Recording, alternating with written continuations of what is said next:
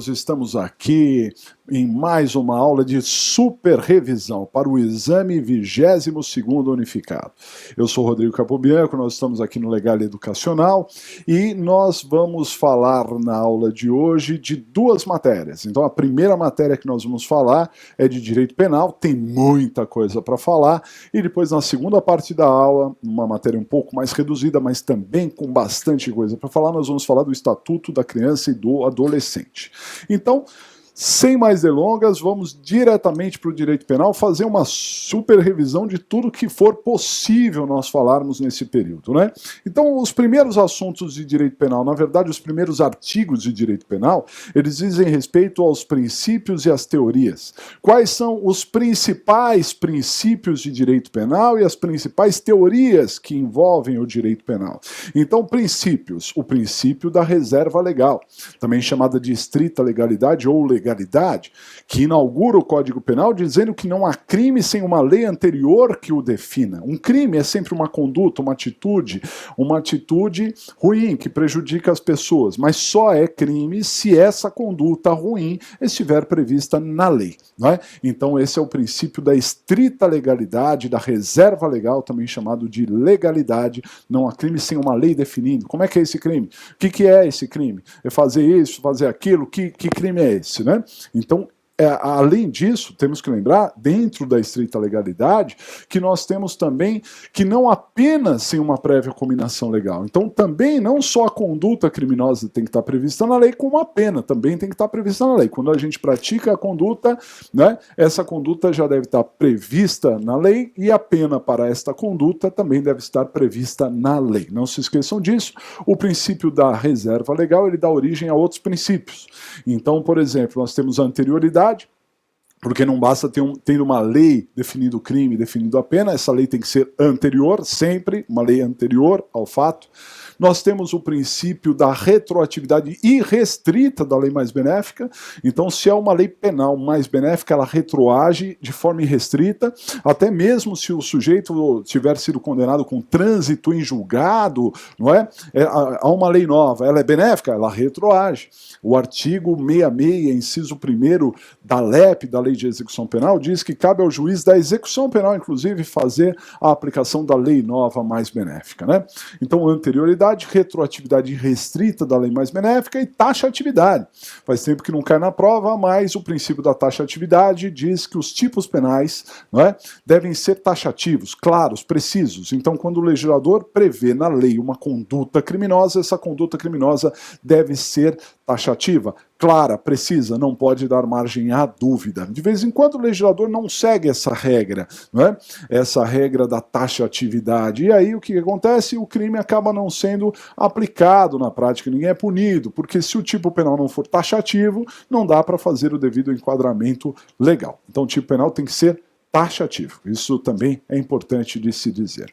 Dentre os princípios, o princípio da territorialidade, dizendo que os crimes que são praticados dentro do território nacional devem ser julgados no Brasil. Não importa, num primeiro momento, quem praticou este crime, né? Se ele foi no território nacional, e entenda-se território nacional como as extensões naturais ao território, como espaço aéreo, um pedaço do mar, etc., também são aquelas mesmas noções do direito civil, são extensões naturais ao território. Praticou no território nacional, deve ser julgado no Brasil. Sobre território nacional, é importantíssimo, chances reais de cair a questão acerca dos navios ou aeronaves, porque há duas regras diferentes para se os navios ou aeronaves são públicos ou se são privados. Navio ou aeronave público ou a serviço do governo em qualquer lugar do Brasil, qualquer lugar do mundo, desculpe, qualquer lugar do mundo. Navio ou aeronave público ou a serviço do governo, qualquer lugar do mundo é território nacional. Mas o navio ou aeronave privado, comercial, mercante, só será território nacional se estiver em espaço aéreo ou mar brasileiro, ou se estiver no espaço aéreo ou mar internacional, mar aberto, aquele espaço do mar de águas internacionais que não é território de nenhum país. Porém, se esse navio ou aeronave estiver no território de outro país, então aí será aplicada a lei deste outro país, ok? Territorialidade. Territorialidade tem exceção? Sim. Alguns crimes que são praticados dentro do território nacional não são julgados no Brasil, são aquelas regras em que se protege a diplomacia. Então, por questões de tratados, convenções internacionais, a diplomacia é protegida e aí o diplomata que praticou um crime no Brasil pode ser julgado pela sua legislação local, pelo seu país de origem. É uma exceção à territorialidade. Mas o Brasil também adotou a extraterritorialidade, no sentido de que alguns crimes que são cometidos em outro país podem ser julgados no Brasil. Alguns exemplos de extraterritorialidade: se o presidente da República for vítima num país estrangeiro de um crime contra a vida ou contra a liberdade. Vida e liberdade, não se esqueçam disso. Contra o presidente da República, quem atentou à vida ou à liberdade do presidente da República deve ser julgado no Brasil. Muito bem, brasileiro comete crime fora. Se o brasileiro cometer crime fora, vier para o Brasil, será processado no Brasil também. Não é? São alguns exemplos de crimes que afetem bens brasileiros da União, entidades autárquicas e tudo mais também, que são praticados no estrangeiro, devem ser julgados no Brasil. O que você precisa guardar para a prova é que o Brasil, além de adotar a territorialidade, também adota a extraterritorialidade. Ok? Muito bem. Esses os principais princípios. Todavia, nós temos também as teorias, né? Teorias que envolvem ali o início do Código Penal. Quais são as principais teorias, né? Então, nós temos a questão da lei penal no tempo e no espaço. Sobre a lei penal no tempo, nós questionamos quando que o crime é praticado. E aí, o Código Penal adotou uma teoria chamada teoria da atividade. O momento do crime. Guardem isso. Qual é o momento do crime? A atividade. É o momento da ação ou omissão. Não importa quando se dá o resultado. O crime é praticado no momento da ação ou omissão. Então, se eu atiro numa pessoa hoje e ela morre amanhã, o crime foi praticado hoje, porque hoje foi a atividade, né? Tome cuidado com aqueles crimes chamados permanentes, em que a consumação é prolongada no tempo, em que a atitude é prolongada. Por exemplo, eu posso sequestrar uma pessoa e manter essa pessoa em cativeiro durante um ano. Nesse ano todo eu estarei sequestrando, portanto, eu estou em atividade o tempo todo e o crime está sendo praticado o tempo todo, né? Então, guardem isso, porque às vezes, imagine o seguinte, já caiu na prova. Eu começo a praticar um sequestro antes dos 18 anos. Então eu sou inimputável à luz da lei penal. Mas aí durante o sequestro, quer dizer, mantendo ainda a vítima em cativeiro, eu completo 18 anos. Então eu serei responsável pelos atos que eu praticar após os 18 anos. Quer dizer, eu continuo sequestrando, eu posso ser responsabilizado dali para frente. Lei penal no tempo, atividade. Agora, lei penal no espaço, eu questiono já um outro advérbio. Eu já não questiono o momento do crime, o quando. Eu procuro onde o crime foi praticado, qual é o lugar do crime. E o Código Penal adotou uma teoria chamada teoria da ubiquidade, que é uma teoria mista. Para o direito penal, o lugar do crime é o lugar da ação e omissão, é o lugar do resultado e também é o lugar em que deveria ser produzido o resultado. Os três lugares. Eu não fico só com a atividade, não fico só com o resultado, eu fico também com o lugar em que deveria ser produzido o resultado. Qualquer um desses lugares é conhecido como lugar do crime. Para lembrar, luta, lugar, ubiquidade, tempo, atividade. Essa é a palavra, luta. L de lugar, U de ubiquidade, T de tempo, A de atividade. Lembre-se disso porque é extremamente relevante. Assim como é extremamente relevante a questão das leis penais especiais. O que são leis penais ditas especiais? Elas são especiais em quê? Elas são especiais no que diz respeito à vigência da lei penal. Então, nós temos as leis penais comuns. As leis penais comuns são aquelas que entram em vigor em determinado momento e continuam em vigor ad eternum, ou até que venha uma lei revogadora. Por exemplo, o Código Penal, ele entrou em vigor em 1940 e ele continua em vigor, né? Muitos dos seus artigos. Agora, alguns artigos são revogados por leis posteriores a revogadoras, né? Mas se não vier uma lei revogadora, a lei continua em vigor. Isso é uma lei comum. Agora, a lei penal especial é aquela que tem uma vigência de curta duração. A lei penal especial ela pode ser temporária ou excepcional. Lei penal temporária. Eu sei exatamente quando ela entra em vigor e quando ela deixa de estar em vigor, porque a vigência é pré-determinada. Uma lei penal pode dizer, só é crime de tal data a tal data. Se a lei disser data, der data. Dessa data até outra data é uma lei temporária. Uma lei excepcional, ela não tem data para começar. Aliás, não tem data para terminar, mas ela depende de um evento, não é? Uma excepcionalidade. Algumas situações tiram a sociedade da sua normalidade. São questões de caso fortuito ou força maior, não é? Guerras, revoluções, cataclismos, epidemias, etc. Então, dependendo de um evento, a lei penal pode agir durante aquele evento. Por exemplo, enquanto nós estivermos na epidemia tal, praticar tal atitude é crime. Acabou a epidemia, acabou o crime. Sobre essas leis penais especiais, você precisa saber, primeiro, que ela existe, segundo, que é temporária ou excepcional, e terceiro, ultratividade da lei penal. Não se esqueçam de ultratividade da lei penal, porque, afinal de contas, o que é ultratividade da lei penal? A lei não estará mais em vigor para as pessoas em geral. Entretanto, ela continuará produzindo efeitos para quem praticou o crime enquanto era crime. Então vamos imaginar que eu tenha um crime que só esteja em vigência no ano de 2017. Acontece que eu não sou julgado eu pratico o crime, mas eu não sou julgado em 2017. Chegou 2018, eu estaria livre? Não. Eu posso ser processado em 2018, condenado em 2019, cumprir pena em 2020. Ah, mas não é mais crime, não interessa. Para as pessoas em geral, não é mais crime, mas para mim, que pratiquei o crime naquele período que era crime, eu sofro as consequências posteriormente. Isso é o que se chama de ultratividade da lei penal. Não se esqueçam disso, ok? Muito bem. Um segundo tema, então falamos de princípios e teorias, um segundo tema bastante importante para a prova diz respeito à teoria geral do crime. Então vamos analisar algumas regras sobre o crime, né? E começando pelo iter criminis. O que é iter criminis? É o caminho percorrido pelo crime. Então, há fases do crime que não são punidas. Quais são as fases do crime? Qual é o itinerário do crime? O iter criminis. Nós temos a cogitação, os atos preparatórios, o início da execução, a consumação e, em alguns casos, temos o exaurimento também. As duas primeiras fases não são punidas. As pessoas não são punidas por cogitar um crime nem praticar atos preparatórios. Cuidado. A lei de terrorismo, que é uma lei do ano de 2016, trouxe lá um crime bastante interessante, que é o crime de praticar atos preparatórios para o terrorismo. Então não é só terrorismo, praticar o terrorismo em si, mas os atos preparatórios para o terrorismo também é crime. Então é uma exceção, porque no iter criminis, atos preparatórios não punem a gente, porém atos preparatórios para o terrorismo punem sim. Muito cuidado com isso, ok?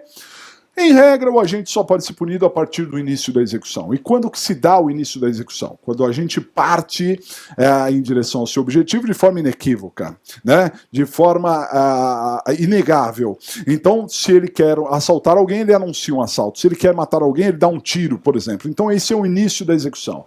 Na prova não cairá nada dúbio para você não saber se iniciou ou não iniciou. O problema dirá claramente ou que não iniciou ou que já iniciou. Se não iniciou, não é crime. Não pode ser punido por nada, se já iniciou, pode sim ser punido, não é?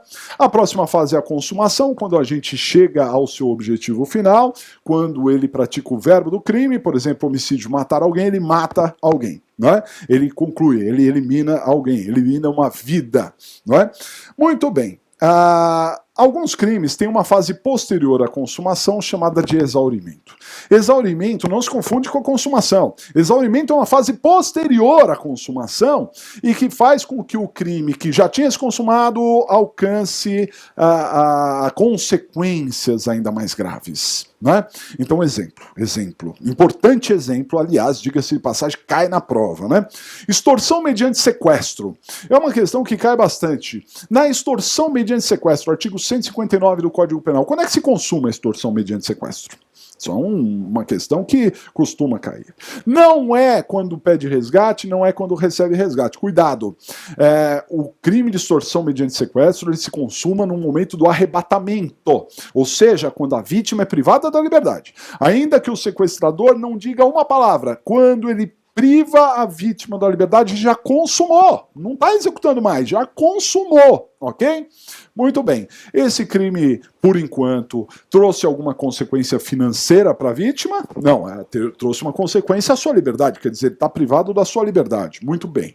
Se o agente, além de privar da liberdade, então exigir resgate, receber resgate, essa exigência, esse recebimento são exaurimentos, tornam o crime ainda mais grave. O crime que já tinha consequências, ou seja, a privação da liberdade de alguém, terá outras consequências, como consequências emocionais, financeiras e tudo mais. Isso é o exaurimento, e o exaurimento ele acaba influenciando diretamente na pena. A pena será maior na medida em que o crime, além de consumado, também se exauriu. Ok? Muito bem. Nesse iter criminis, nós temos uma situação muito importante para a prova, que é aquela em que o agente inicia a execução e não consuma. Iniciou a execução, mas não consumou. O que seria isso? Depende. Depende de quê? Depende do motivo da não consumação. Cuidado! Se o agente iniciar a execução e não consumar por circunstâncias alheias à sua vontade, é uma tentativa. Mas se o agente iniciou a execução e não consumou pela sua própria vontade, pode ser uma desistência voluntária ou arrependimento eficaz. E se o agente iniciou a execução e não consumou porque jamais consumaria, mesmo que ele tentasse, ele não ia conseguir nunca, e aí nós temos um crime impossível, né? E as consequências são diferentes, para a tentativa, para a desistência voluntária ou arrependimento eficaz, ou para o crime impossível.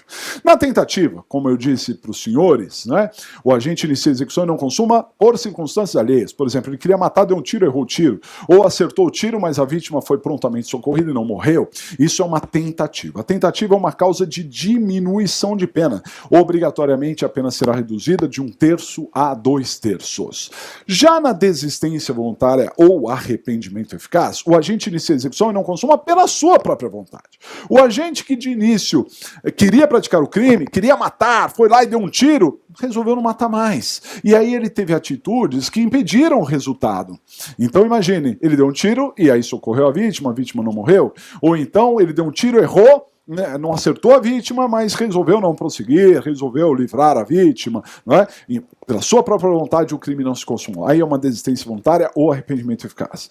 Vale lembrar que se o agente socorreu, mas não adiantou nada, a vítima morreu, aí o arrependimento é ineficaz e o agente responde pelo que ele queria no início, ele responde pelo crime, ele responde pelo homicídio consumado, né? Qual seria a diferença de desistência voluntária e arrependimento eficaz? Muito simples. Na desistência, o agente não esgota os atos de execução. Se ele tem um revólver com 6 balas, ele não dá os 6 tiros. Dá 1, 2, 3, 4, 5, mas não dá o 6º tiro.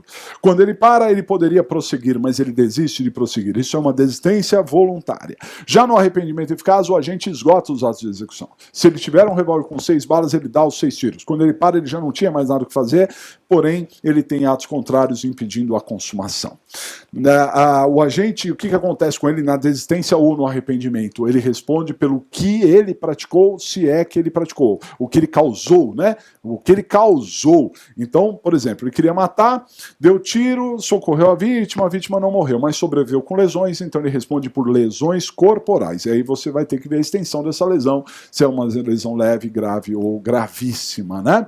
A propósito, qual é a diferença, um pequeno parênteses, qual é a diferença de lesão leve para grave? A principal diferença é que a lesão leve se regenera em até 30 dias, né? E já a lesão grave se regenera em mais de 30 dias. Essa é a principal diferença, mas cuidado, tem 2 lesões que se regeneram antes de 30 dias e são graves. Quando a aceleração do parto o problema, falou, a aceleração do parto, a lesão já é grave. E também quando houver risco de vida. Ainda que a pessoa se regenere em até 30 dias, mas teve risco de vida, a lesão também é grave. E a propósito, qual é a grande diferença? Tem outras diferenças, mas só um pequeno parênteses. Qual é a grande diferença entre a lesão grave e gravíssima? É que a lesão grave debilita membro, sentido ou função. Debilita membro, sentido ou função. Já a lesão gravíssima incapacita membro, sentido ou função.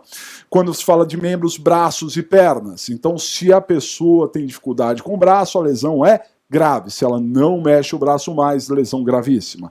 Quando nós temos ali os sentidos, são os 5 sentidos: visão, audição, tato, olfato, paladar. Se o agente tem dificuldade em enxergar porque perdeu a visão em um olho, mas ele ainda enxerga no outro, a lesão é grave. Porém, se ele não enxerga mais, a lesão é gravíssima. Se ele ouve só um pouquinho, a lesão é grave. Se ele ficou surdo, a lesão será gravíssima e assim por diante. E função, as várias funções do nosso corpo: função hepática, renal, respiratória, mastigatória, reprodutora, enfim. Se a mulher tiver dificuldade para engravidar, a lesão é grave. Se ela não puder mais engravidar, a lesão é gravíssima. Um pequeno parênteses aqui, ok? Bom, eu dizia, se o agente iniciou a execução e não consumou por circunstâncias alheias, é uma tentativa. Se ele iniciou a execução e não consumou pela sua própria vontade, é desistência voluntária, arrependimento eficaz. E no crime impossível, o agente inicia e não consuma porque jamais ia consumar. Não adianta ele tentar que não ia dar.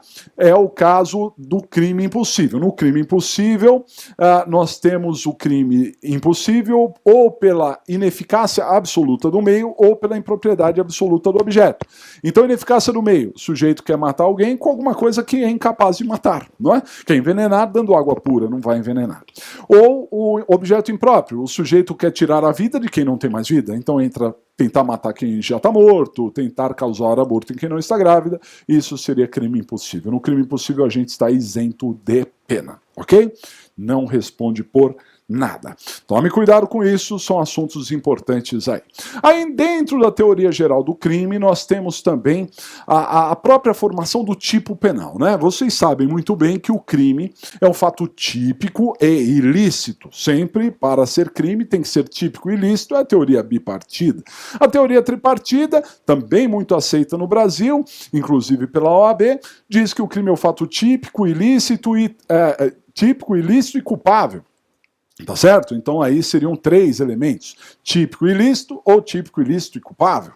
Tudo bem, isso pode cair uma ou outra, você vai colocar certo, ambas estão certas, são teorias competitivas. Mas o importante é entender que para ser crime tem que ser típico e ilícito. No mínimo típico e ilícito. Então o que é um fato típico? O fato típico é aquela conduta prevista na lei, não é? Então nós começamos a nossa aula dizendo: o princípio da reserva legal: para ser crime tem que ter essa conduta prevista na lei. Então aquela conduta ruim, aquela conduta perniciosa que foi prevista na lei é o tipo penal. Não é? O legislador, ele cria um tipo penal colocando na lei uma conduta ruim, uma conduta perniciosa, né? E se o agente praticar exatamente aquela conduta que estava na lei, ele está praticando um fato típico. Todavia, se o agente praticou uma conduta e a conduta dele não se enquadra naquela conduta prevista na lei, nós teremos ali um fato atípico. Fato típico é quando a conduta se amolda perfeitamente àquilo que estava previsto na lei. Fato atípico em que a conduta não se enquadra. Então aí não teremos crime. Para ser crime tem que ser típico, né? Muito bem. O tipo penal, ele é formado de elementares e circunstâncias. O que é uma elementar de um crime? Elementar de um crime é um componente essencial ao crime. Aquele, em uma palavra, essencial para caracterizar o crime. Se eu tiro essa palavra, o crime está descaracterizado. Geralmente as elementares estão no caput. Já as circunstâncias, elas não descaracterizam o crime. As circunstâncias, elas têm o condão de influenciar na pena. Então, por exemplo, as qualificadoras, os privilégios, causas de aumento, causas de diminuição, essas, sem dúvida nenhuma, são circunstâncias. Se eu tiro do tipo penal, o tipo penal não se altera, porém a pena será diferente certamente. Todo tipo penal tem um núcleo do tipo. Qual é o núcleo do tipo? É o verbo previsto no tipo penal. Vale lembrar que é chamado de autor quem pratica o núcleo do tipo. Já aquele que não pratica o núcleo do tipo, aquele que ajuda a construir o crime sem praticar o verbo, né? Por exemplo, homicídio é matar alguém. Quem mata é autor, porque está praticando o núcleo do tipo. Mas se o agente contribuiu para o crime sem praticar o verbo, por exemplo, ele não matou, mas forneceu a arma, então ele é partícipe. Partícipe é aquele que ajuda a construir o crime sem praticar o verbo do crime, ok? Muito bem. Há tipos penais que têm vários verbos, né? várias condutas, né? Então esses são tipos complexos, né? Tipos complexos, crimes complexos, né? E então nesse caso, um exemplo muito importante é o do estupro. Hoje em dia, estuprar, pessoal, do artigo 213, não é mais só ter a conjunção carnal. Se o agente constranger a praticar qualquer ato libidinoso, também é um crime de estupro. Então vamos imaginar que se o agente ele teve a conjunção carnal, mas também teve atos libidinosos, ele pratica 2 estupros? Não, é um estupro só. Porque aí nós temos um tipo misto alternativo. O que é um tipo misto alternativo? É aquele que tem várias condutas, e se o agente praticar uma ou mais de uma conduta dentro do mesmo contexto, ele estará praticando um único crime. Esse é o chamado tipo misto alternativo. Por exemplo, tráfico de drogas. Quantas condutas tem no tráfico de drogas? Transportar, vender, comprar, etc. Se o agente praticar mais de uma conduta dentro de um contexto, é um crime só. Cuidado, porque é um tipo misto alternativo. Muito bem, um dos temas que mais caem na prova é o chamado erro de tipo, do artigo 20 do Código Penal. O que é um erro de tipo? Pois bem, no erro de tipo, a gente pratica o crime, né? Pratica o tipo penal, mas ele se confunde no que diz respeito a um dos elementos do tipo, uma das palavras do tipo, né? Eu sempre falo de alguns exemplos, imagine, o sujeito, ele viu o celular dele numa mesa, o celular dele estava ali numa mesa. Aí ele pega, o que meu celular está fazendo ali? Pega o celular, põe no bolso e leva embora. Mas não é o celular dele. É parecido com o celular dele, mas ele está pegando o celular de outra pessoa. Então o que ele está fazendo na prática? Ele está pegando, ou seja, subtraindo coisa alienível. Ele está praticando furto. O tipo penal do furto foi o que ele praticou. Porém, naquele tipo penal ele se confundiu. Se confundiu com que palavra? Com a alheia. Porque ele não imaginava que estava subtraindo coisa alheia. Ele imaginava que estava pegando coisa própria. Então, nós estamos diante de um erro de tipo. Ok? Sempre, então, que o agente praticar o tipo, mas ele se confundir com uma das palavras previstas no tipo, ele tiver uma falsa noção da realidade sobre uma das palavras previstas no tipo, nós teremos aí um erro de tipo. O erro de tipo faz com que o agente fique livre de pena? Como é que funciona? Bom, depende. Nós temos o erro de tipo essencial e o erro de tipo acidental. Guardem isso. No erro de tipo essencial, o agente pratica o tipo, mas não sabe que está praticando um crime. Ele realmente se confundiu. Ele achava que a conduta dele era lícita. Ele achava que estava praticando algo certo, não é? Então, nós temos um erro de tipo essencial. Pois bem, no erro de tipo essencial pode ser inevitável. Inevitável, qualquer pessoa praticaria o mesmo erro. Se se põe no lugar, qualquer pessoa praticaria o mesmo erro, porque era inevitável errar. Nesse caso, exclui o dolo e a culpa. Mas se o erro de tipo essencial for evitável, com um pouco de cautela, cuidado, a gente teria evitado, exclui o dolo, mas permanece a culpa, chamada de culpa imprópria. Isso se o crime for punido a título de culpa, né? Aqui vale lembrar, sempre, que os crimes são punidos a título de dolo, né, todos os crimes, e alguns deles também são punidos a título de culpa. Só um pequeno parênteses. O que é dolo? O dolo ele pode ser a vontade livre e consciente de praticar o crime. O querer. Dolo, vontade, que é a maioria dos casos. Mas também é dolo assumir o risco de produzir o resultado. Às vezes o agente ele não quer praticar o crime, mas ele quer praticar determinada conduta e não se importa. Na verdade, ele despreza o resultado. O resultado pode acontecer ou não, que dá na mesma. Esse é o chamado dolo eventual. Então o dolo pode ser direto, que é o dolo vontade, e o dolo indireto, chamado dolo eventual, né? E o que é culpa? Na culpa, o agente não quer praticar o crime, mas age com imprudência, negligência ou imperícia, né? Então ele não quer praticar o crime, mas age com imprudência, negligência ou imperícia. Vale lembrar que a culpa geralmente é inconsciente, porque quem pratica um crime culposo não está prestando muita atenção no que está fazendo, mas a culpa também pode ser consciente. O agente sabe do risco, sabe do perigo, mas acredita sinceramente que não ocorrerá o resultado. Uma das grandes polêmicas em direito penal e que cai bastante na prova é a diferença do dolo eventual e culpa consciente, que são muito parecidos, porque nos dois, atenção, no dolo eventual e na culpa consciente, nos dois, o agente sabe do risco, sabe que pode acabar mal.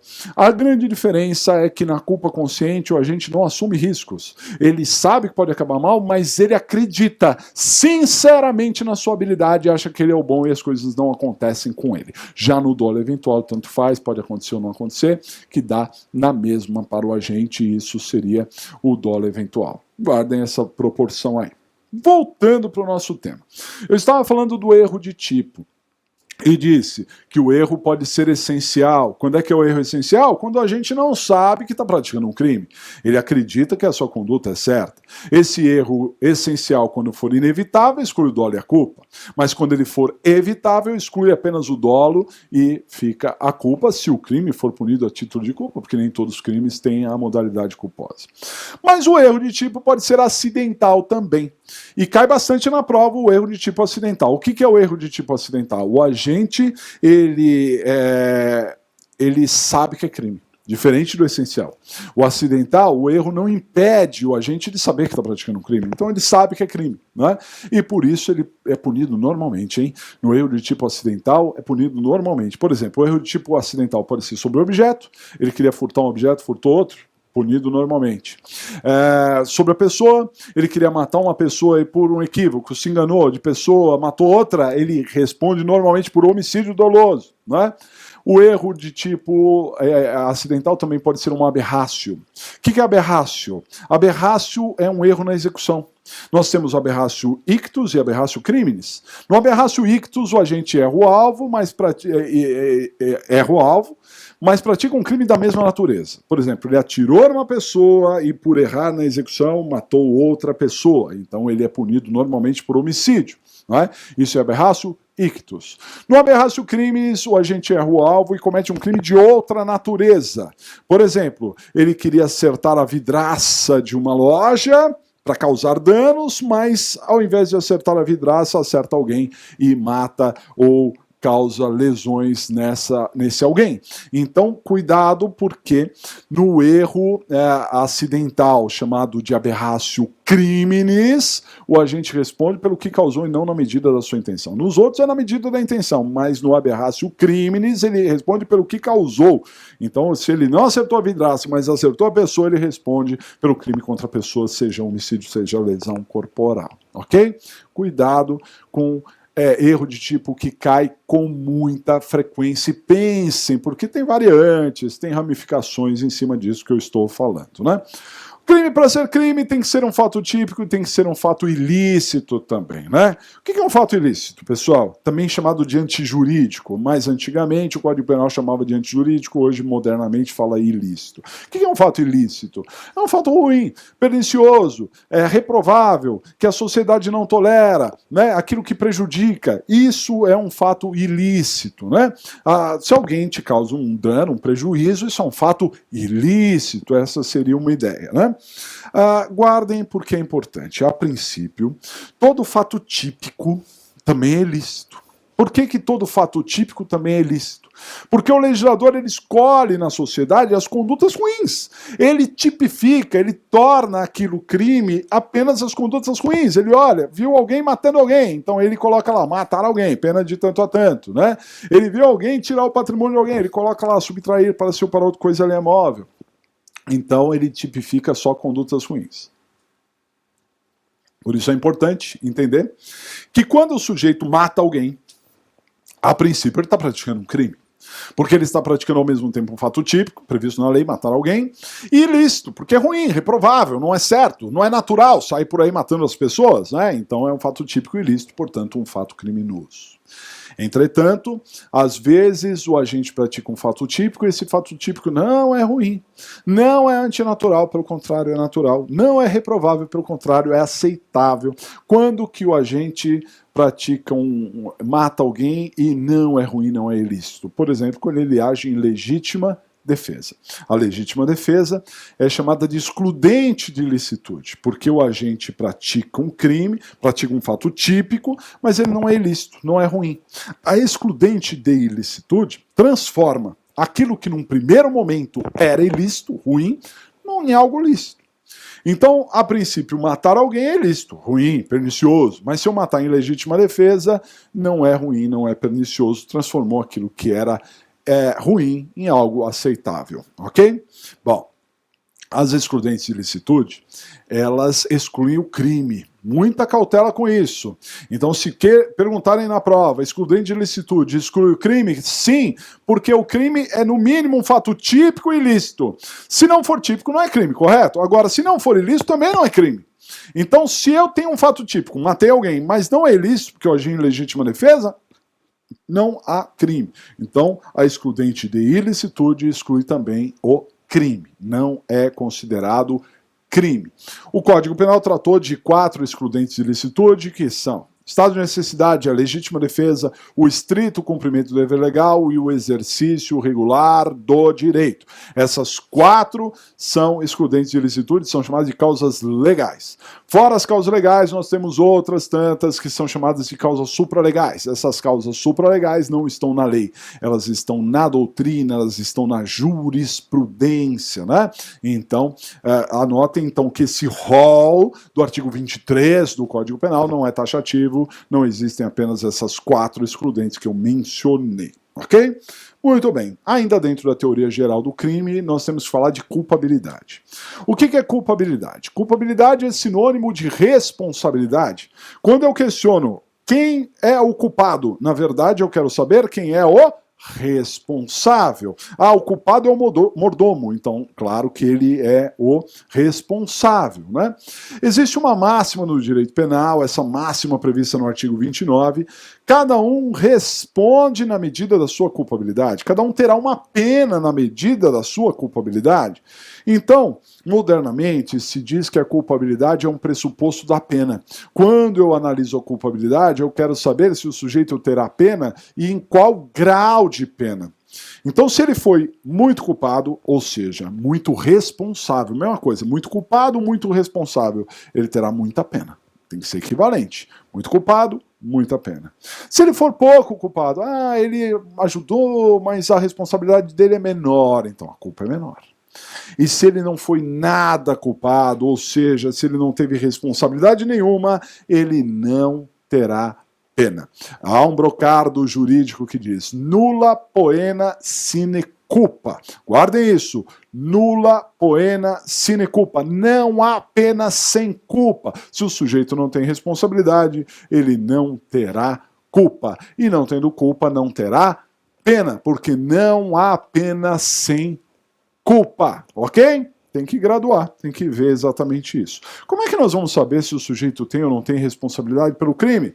Então são 3 os elementos da culpabilidade. O primeiro é a capacidade de discernimento. O que é a capacidade de discernimento? É a imputabilidade, é o poder de se autoconduzir, o poder de saber o que é certo ou errado. Então, dependendo da situação, se o sujeito não sabe se autoconduzir, porque tem uma doença mental, desenvolvimento mental incompleto ou retardado, ou porque o sujeito está bêbado, desde que seja uma embriaguez completa por caso fortuito ou força maior, então ele não tem culpa.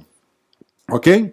Ele é um índio não adaptado à sociedade, ele não tem culpa, porque ele é chamado de inimputável. Mas às vezes o agente está no pleno gozo das suas faculdades mentais, então ele tem capacidade de discernimento. Aí entra o segundo elemento, que é a potencial consciência da ilicitude. Não basta que o agente tenha capacidade de discernimento, ele tem que saber que está praticando um crime. E se ele não sabe que está praticando um crime, ele não pode ser responsabilizado. Aí vem os erros, né? Erro de tipo, erro de proibição, obediência hierárquica, às vezes, né, a pessoa enganada, um erro provocado por terceiro, né? Então nós temos aí os diversos erros, tirando a consciência da ilicitude, e com isso a gente não será punido. O terceiro e último elemento da culpabilidade é a exigibilidade de conduta diversa. Só será culpado quem eu posso exigir outra conduta. De quem, né? Eu possa exigir outra conduta. Então o sujeito, para ser responsabilizado por um crime, ele tem que ter 2 opções. Praticar o crime ou não praticar. não é? Então aí eu posso exigir, ó, você praticou o crime, mas você não deveria ter praticado, você deveria ter feito essa outra coisa, é exigir outra conduta. Ao contrário, às vezes a pessoa não tem como praticar outra conduta, ela não tem alternativa, ela só tem aquilo para fazer, ela só poderia praticar o crime porque, por exemplo, ela foi coagida. Então a coação moral irresistível tira a exigibilidade de outra conduta, torna a outra conduta inexigível e com isso não teremos culpa e se não temos culpa não temos pena, o sujeito deve ser absolvido. Ok? Muito bem. Então esses são os pontos principais da teoria geral do crime. Também para a prova temos que analisar a teoria geral da pena, né? Então vamos entender o que é uma sanção penal. O que é uma sanção penal? Sanção penal é uma resposta dada pelo Estado para quem praticou um crime ou uma contravenção, uma infração penal. Então, se o sujeito praticou uma infração penal, o Estado responde com uma sanção, ok? E nós temos dois tipos de sanção. Quais são as sanções? Pena e medida de segurança. São as duas sanções aí que o sujeito está sujeito, né? Que o agente está sujeito. Muito bem. Pena. Pena é aplicada para quem é condenado. Se a palavra for condenação, saibam, a condenação leva a uma pena. Ponto, né? Já eu falo um pouquinho mais. A pena tem por característica ser certa, determinada, não existe pena incerta. Então, a pena em abstrato, aquela prevista na lei, é de tanto a tanto, mas o sujeito nunca será condenado de tanto a tanto. Ele será condenado a uma pena certa, uma pena exata. E quando acaba aquela pena, o Estado não pode impor mais nenhum tipo de sanção, mesmo que o sujeito esteja pior do que quando entrou, não é? Como muitas vezes acontece, acabou a pena, o Estado não pode punir mais. Ponto, né? Já a medida de segurança ela é aplicada na chamada absolvição imprópria. Aquele caso em que a pessoa é absolvida porque ela é inimputável, ela tem problemas mentais, né? Então ela não tem culpa, então ela é absolvida, mas ela tem que se tratar, obrigatoriamente tem que se tratar. Esse tratamento chama medida de segurança e essa absolvição é chamada de absolvição imprópria, porque embora absolva, traz uma sanção, que é uma medida de segurança, né? A medida de segurança ela tem por característica ser indeterminada. Por quê? Porque nós temos um período mínimo que é fixado pelo juiz, esse período mínimo da medida de segurança é de 1 a 3 anos, depende do caso, e o período máximo também é indeterminado, porque o período máximo ou é a cessação da periculosidade, superado o período mínimo evidente, ou é o máximo da pena em abstrato. Aí você vai ver, antigamente a pessoa ficava eternamente lá, ficava de forma perpétua, né, no hospital de custódia e tratamento psiquiátrico. Hoje o entendimento simulado do STJ é no sentido de que não fica o tempo todo não. Ele pode ficar no máximo, o máximo da pena em abstrato. Se olha a pena em abstrato do crime e ele vai ficar em tratamento máximo da pena em abstrato. Deu aquele prazo máximo, se ele estiver ruim, estiver bom, dá na mesma, ele será solto, parará o tratamento, né, que é ali a medida de segurança. A propósito, são duas espécies de medida de segurança, o tratamento ambulatorial, em que a pessoa fica livre, só vai ao médico, se consulta, se medica e vai embora, e a internação, que é em hospital de custódia e tratamento psiquiátrico, o antigo manicômio judiciário, a pessoa fica lá detida, né, no hospital de custódia e tratamento psiquiátrico. Falando em termos de pena, voltando para a pena, então eu disse a pena é certa, determinada e aplicada para quem é condenado. O artigo 32 do Código Penal diz que nós temos 3 espécies de pena. As penas são privativas de liberdade, restritiva de direito e pena de multa, né? As penas privativas de liberdade são aquelas que trazem algum tipo de segregação, algum tipo de restrição ao direito de ir e vir. Num primeiro momento, não importa se é uma restrição maior ou menor, porque é claro que se o sujeito cumpre a pena privativa de liberdade na cadeia, aí ele tem uma restrição muito grande, mas se ele está em casa, numa prisão domiciliar, ele também tem restrição. Menos do que na cadeia, mas ele também tem restrição. Isso seria uma pena privativa de liberdade. Diz a lei que quando o juiz fixa uma pena privativa de liberdade, ele deve dizer o regime inicial do cumprimento de pena.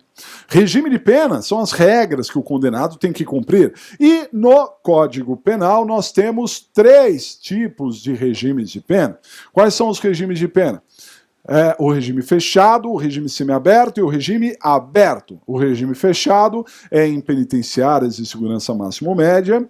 No regime fechado, o sujeito pode trabalhar internamente ou externamente em obras públicas. E no regime fechado, a o isolamento noturno. A principal característica do fechado é o isolamento noturno. Há uma forma mais rigorosa de cumprir o regime fechado, chamado RDD, Regime Disciplinar Diferenciado. Cuidado, o RDD é uma forma de cumprir o regime fechado. Quem está em RDD está no regime fechado, só que o isolamento não é só noturno, é diurno também. Banho de sol 2 horas por dia, as visitas também muito restritas, 2 horas na semana, não é? E a pessoa pode ficar em RDD quanto tempo? 360 dias, renováveis por mais 360 dias, ou 1/6 da pena, o que chegar primeiro, né? No máximo 1/6, não pode passar de 1/6 da pena no RDD. O RDD é decidido pelo juiz da execução penal, não é o diretor da cadeia, não, é o juiz da execução, sempre ouvindo a defesa antes de determinar o RDD, né? E, geralmente quem vai para o RDD é o preso perigoso, que pode gerar ali algum tipo de complicativo dentro do cárcere, e principalmente aquele que está envolvido com organização criminosa. Esse é o regime fechado, incluído o RDD aí. Muito bem, agora, o segundo regime é o semiaberto. O semiaberto é cumprido em colônias agrícolas, industriais, similares, é o regime de colônias, né? O regime semiaberto, ele é muito mais maleável que o fechado. O sujeito, ele pode trabalhar internamente, sim, em colônia agrícola, né, industrial, né, similar, tudo mais, mas ele também pode trabalhar externamente na iniciativa privada. Inclusive na iniciativa privada. E a principal característica do regime semiaberto é a possibilidade de saídas temporárias, que são saídas em datas comemorativas ou até mesmo para frequentar determinados cursos. Isso é a saída temporária, né? Não confundam a saída temporária, que é própria do regime semiaberto e quem decide é o juiz da execução, com a permissão de saída. Porque a permissão de saída é possível, inclusive, no regime fechado, mas é decidido pelo diretor do estabelecimento e em casos urgentes, como para ir no enterro do pai, como para ir a um hospital, né? E essa permissão de saída é sempre escoltada, quando a saída temporária não é escoltada, no máximo vai ter uma tornozeleira ou bracelete com GPS, ok? E o regime aberto é aquele em que o sujeito fica livre durante o dia e se recolhe à noite para dormir na prisão chamada casa de albergado. Na falta de casa de albergado, que a maioria das comarcas do Brasil não tem casa de albergado, o sujeito cumpre pena na sua própria casa. Isso chama prisão albergue domiciliar. Ele fica livre durante o dia, tem que se recolher à noite na sua própria casa. Prisão albergue domiciliar. O sujeito começa a cumprir pena num desses regimes, mas ele pode migrar de regime. A migração de regime tem um nome, ou melhor, 2 nomes. A migração de regime atende ao nome de regressão ou progressão. Regressão é uma piora, regrediu, piorou, né? A regressão é a passagem do regime menos rigoroso para o mais rigoroso. Piorou a situação do preso. Ele estava num aberto e vai para o fechado, por exemplo, né? Então, a regressão. Quando é que se dá a regressão? Regressão se dá por 3 motivos. Quando a gente comete uma falta grave, quando a gente pratica outro crime, ou quando a gente recebe uma nova pena, que somada à pena anterior, faça com que ele tenha que mudar de regime. Então são 3 motivos para regredir. A progressão já é o contrário. Progressão é benefício. Melhorou a situação do preso. Na progressão, a gente passa de um regime que era mais rigoroso para o menos rigoroso. Melhorou a situação. Vai do fechado para o semiaberto, do semiaberto para o aberto. Aliás, é importante entender que não há progressão por salto. O que é progressão por salto? Sair direto do fechado para o aberto. Não pode. Tem que ir do fechado para o semiaberto, do semiaberto para o aberto. Regressão por salto pode. Progressão por salto, não, né? Para progredir, em regra, bastam 2 requisitos. Um requisito objetivo e um subjetivo. O objetivo é cumprir 1/6 da pena.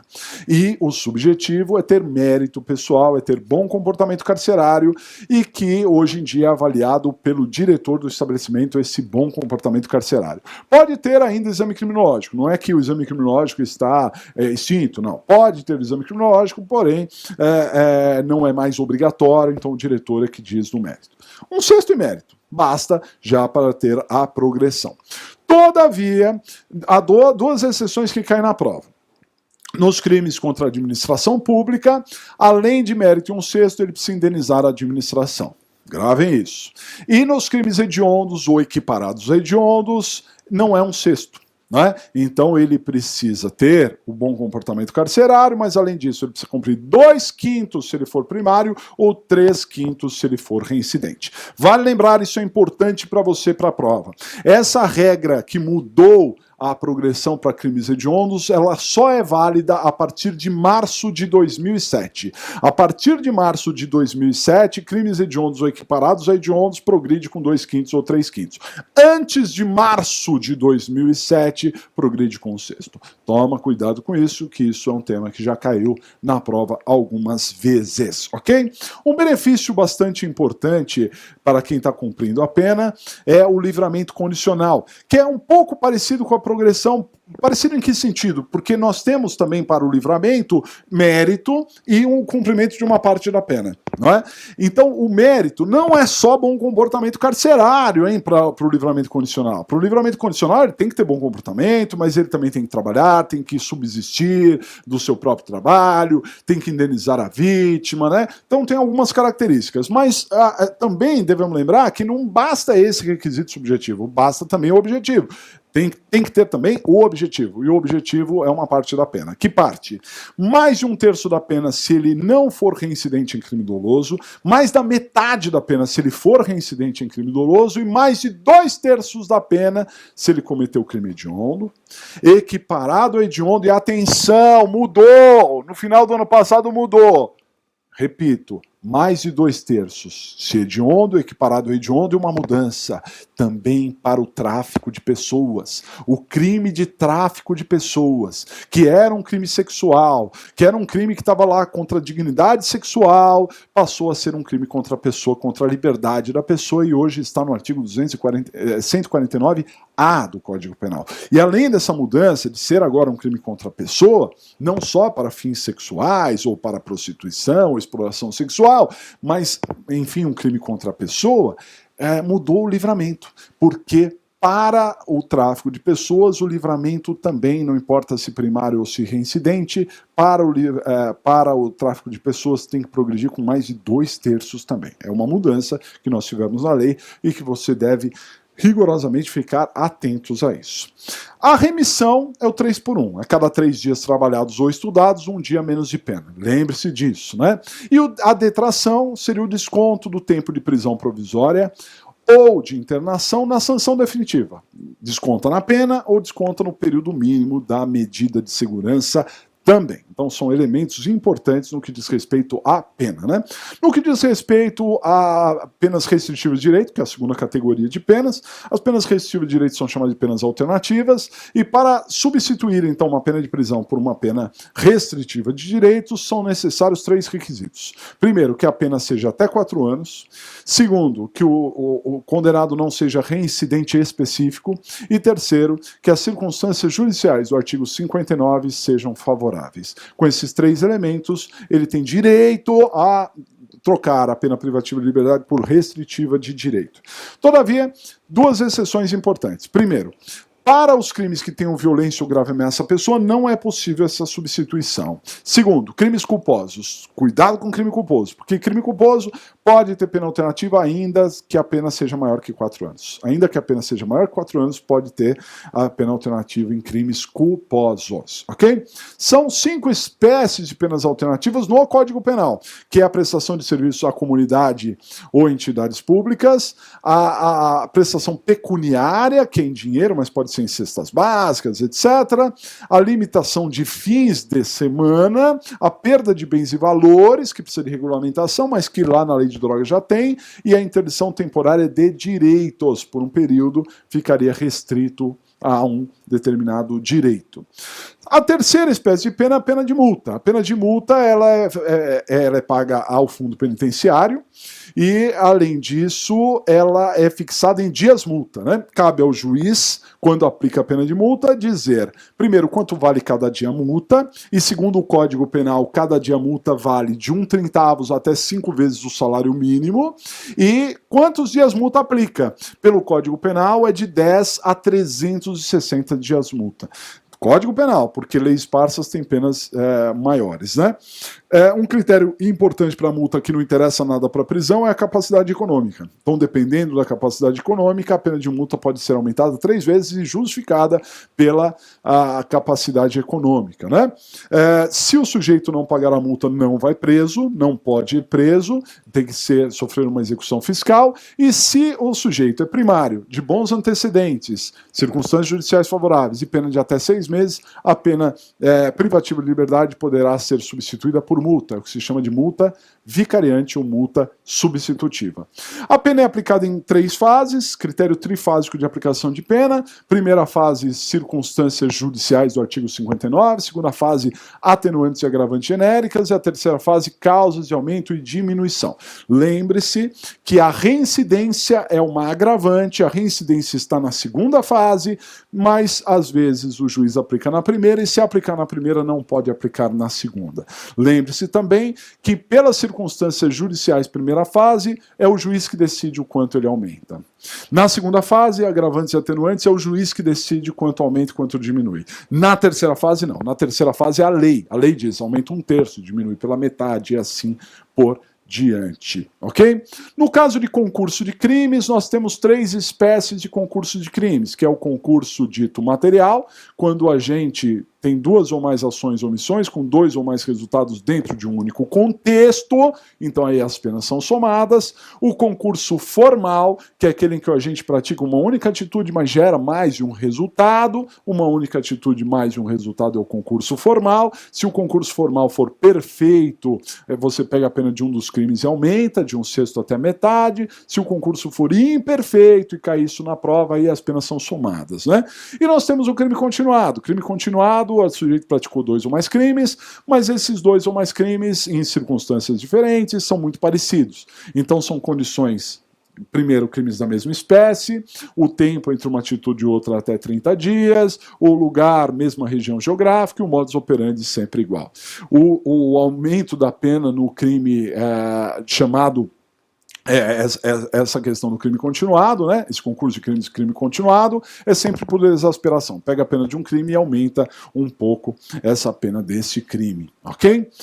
Ainda falando da pena, nós temos a extinção da punibilidade. Então, como é que é a extinção da punibilidade? A extinção da punibilidade é a extinção da capacidade do Estado de punir. Só o Estado é detentor do ius puniendi, a capacidade de punir, só que às vezes o Estado perde a capacidade de punir. Atenção, quando a gente fala de extinção da punibilidade, não estamos analisando nem o crime, não estamos analisando a culpa do agente, nada disso. Estamos analisando a capacidade do Estado de punir. E às vezes o Estado não pode punir mais, né? As causas de extinção da punibilidade estão previstas no artigo 107 do Código Penal, e esse artigo 107 não é um rol taxativo, é um rol meramente exemplificativo, e por isso você tem outras causas de extinção em outros artigos, outras leis e até na jurisprudência, né?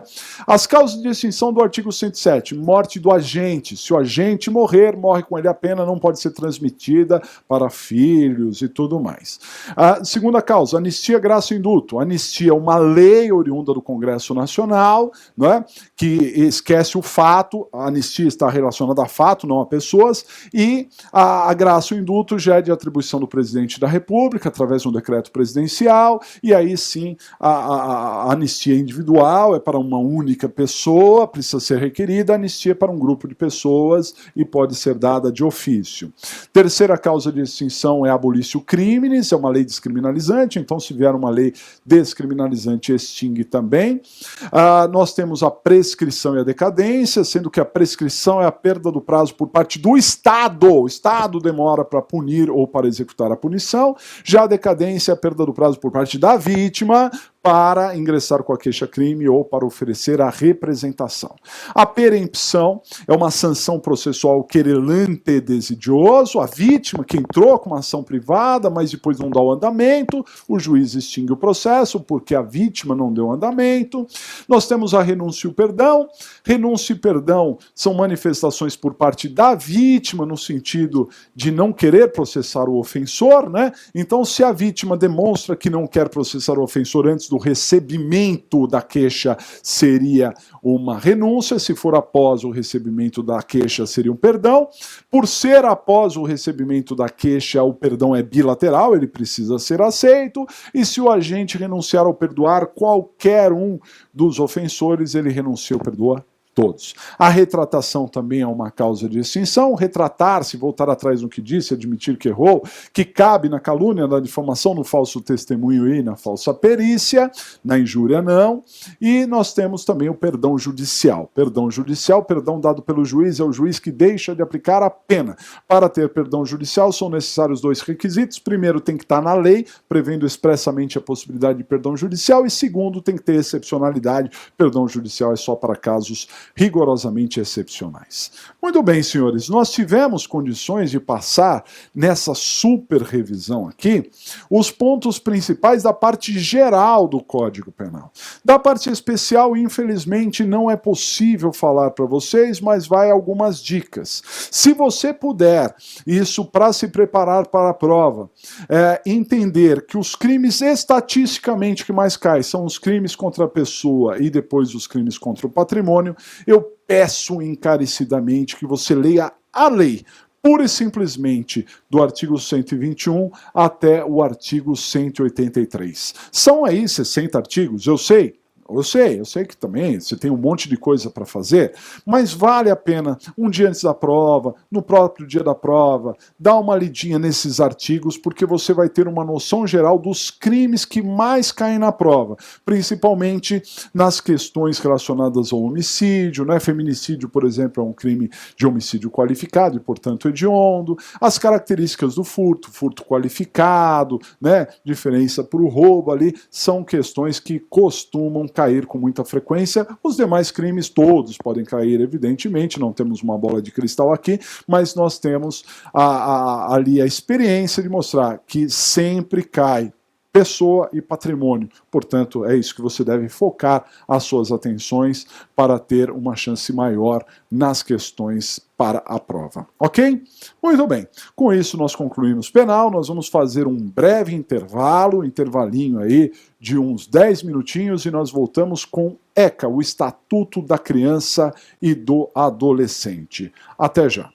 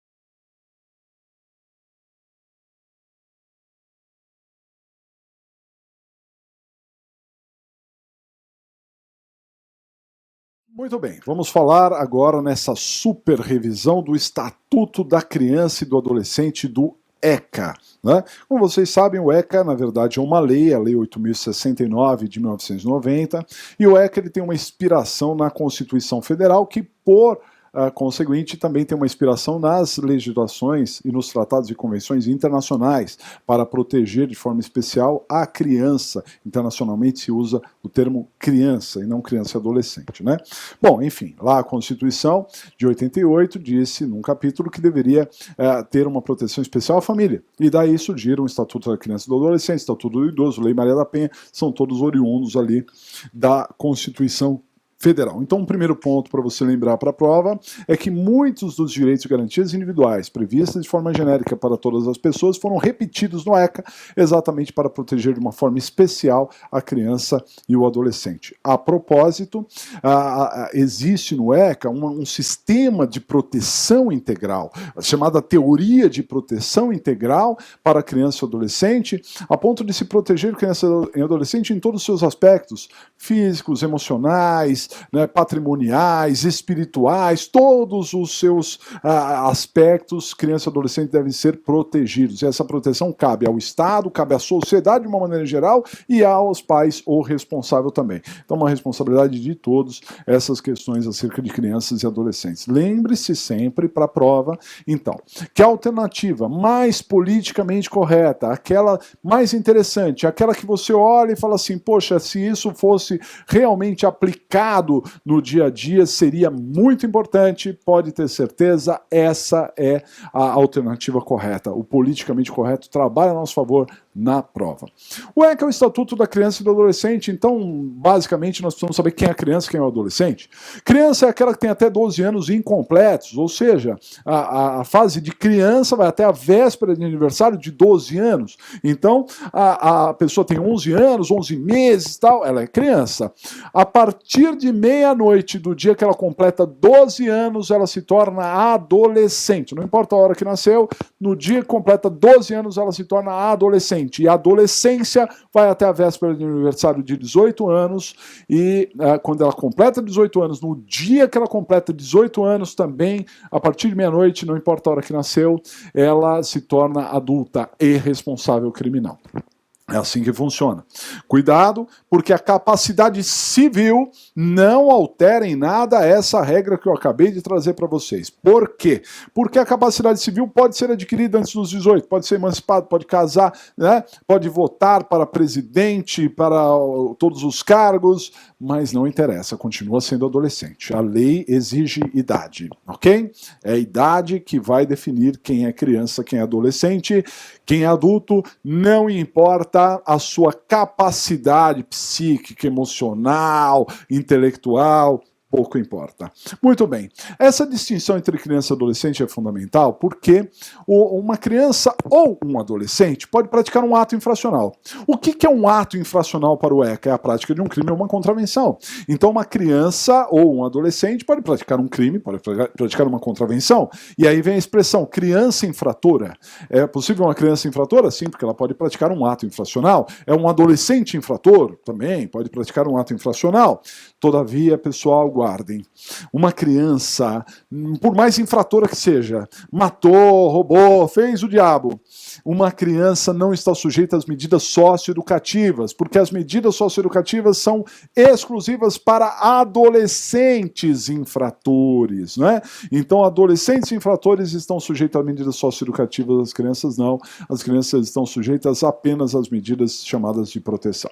O ECA, ele, então, muitas vezes na prova, cai 3 pessoas, né? Eles colocam junto, no mesmo barco, criança, um adolescente e um adulto, praticando um crime. Então, os 3 vão para a delegacia, só que da delegacia cada um vai para um lado. A criança não pode ir para uma instituição porque ela não está sujeita a medida socioeducativa, então ela é mandada para o conselho tutelar e liberada porque a família vai lá e libera. O adolescente, esse sim está sujeito a medidas socioeducativas, pode ficar internado e tudo mais. O adulto praticou crime e vai para a cadeia. Essa seria a ideia, né?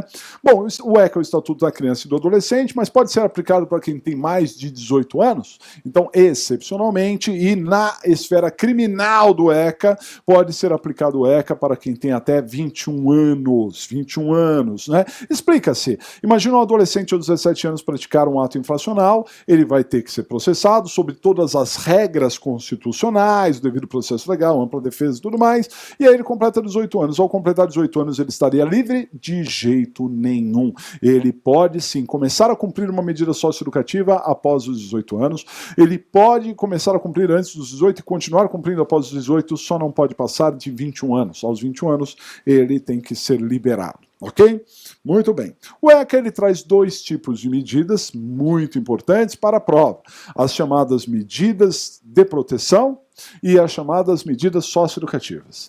Antes de falar de cada uma delas, vamos lembrar, as medidas de proteção estão na esfera civil do ECA. São medidas de assistência social previstas na esfera civil do ECA. Já as medidas socioeducativas são da esfera criminal do ECA, porque só há de se falar em medida socioeducativa quando nós tivermos um adolescente infrator, ok?